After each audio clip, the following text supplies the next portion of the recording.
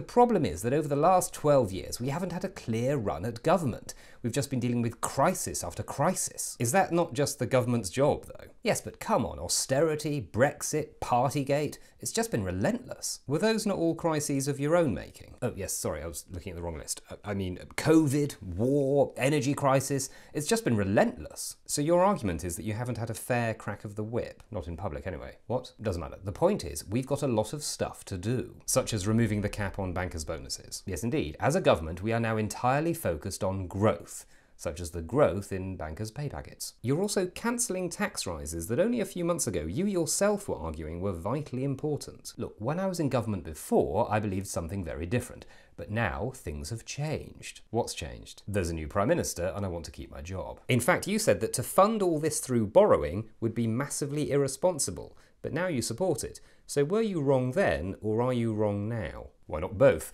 But no, seriously, it's because, as I said, we're now also going for growth. The good kind of growth, not the bad kind that you might want to talk to your doctor about and then give up because you can't get an appointment. But how does cutting taxes lead to growth? If rich people get richer, then on average, everyone's richer. Do you see? And everyone's happy. Everyone? Everyone I'll ever meet at a dinner party. Right. Have you heard of the Laffer curve? It's this theory that as you increase taxes, the actual tax take goes down. Hasn't that theory been pretty thoroughly debunked? Not by the think tanks that I listen to. So we reckon that if you reduce the tax rate, you'll increase the tax take. It's like magic.